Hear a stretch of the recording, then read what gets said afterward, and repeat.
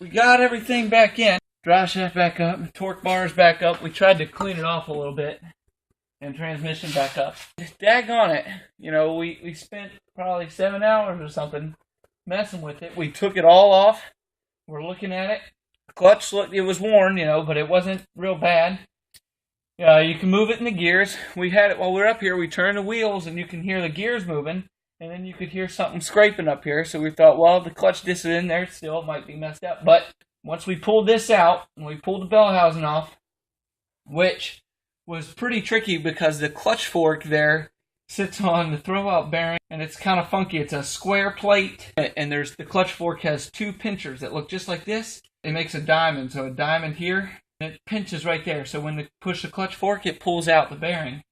No good way to get that off. We spent about 30 minutes trying to get it off and about 30 minutes trying to get it back on. Kind of like cavemen, just beating it aimlessly. Anyways, after doing all that, we go to take the slave cylinder off. And as soon as we pulled that out, Dad pulled it off and he said it shot him back. Like it shot itself off. Everything looks okay. We go lower it down after doing a bunch of testing and you can push the clutch pedal. After we took the slave cylinder off, nothing was coming out of the fluid line from the master to the slave. So nothing's pumping. So we go and we take it off at the top. We blow air through it so we know air's going through here. And you pump it still and nothing's pumping through the master. So all in all, turns out the master cylinder is definitely gone. So that's going to have to be replaced. We're going to have to order that. So that's going to put us back. There's the slave.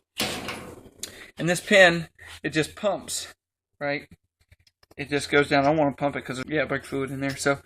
But that pumps all the way down and it wasn't pushing back as soon as we pulled it off. It was stuck out. So when I first got the car, my guess was, I told Dad, I said, whenever I push the clutch pedal, it's limp, but it springs back. It's like it's almost engaged already. Because you can move the car, no matter what gear you put it in, the car would still roll. It wasn't ever stuck. And that would make sense because if that master had pushed the fluid out, so it pushes the pin out to disengage the clutch, and the pin's going to stay stuck out, pushing the clutch in. And so we think, that's my guess at what happened. We were going to change out the clutch, but the disc actually looked okay compared to the new disc.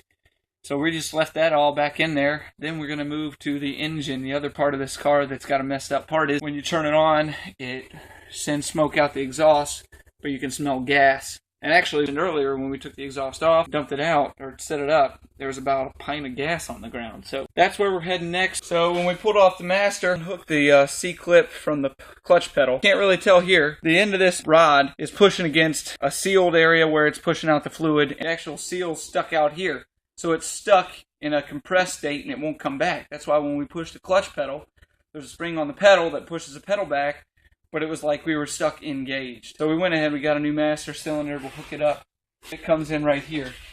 So we can see on the inside there, it's just 2 bolts. We'll have to pull that out. Same line in, we got the new master cylinder. Luckily, they had one in stock and we'll be able to get it going.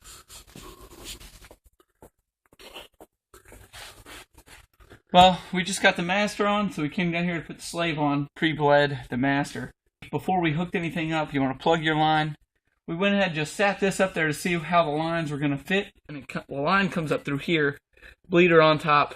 Tighten it down up here on the line to the slave. Stuck the pin or the rod for the clutch fork in first. And snug the bolts up. So we'll finish getting them on here for now. We'll tighten them up. Then we'll go ahead and we'll blade the clutch out. So what we got to do now, we're going to go ahead and take the C-clamp. That goes to the rod on the master on the clutch pedal. Wedge it back on in there. The hard part is you got to get up under here. Kind of got to wedge yourself in here.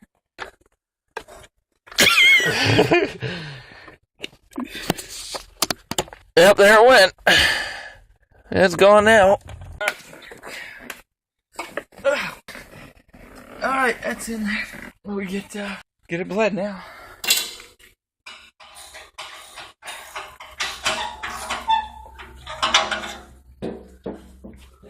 So, we're just getting the exhaust on, and then we'll put the new O2 in there, right here. We got this coupling here, where we had to cut the exhaust, so we just ended up cutting it off so we could drop the exhaust in one piece. Slide it in, tighten it up, and that'll make a seal all the way across. Then we'll be able to start the car up. What's wrong? I can't get it in reverse unless I get that Allen wrench to put the reverse lever up.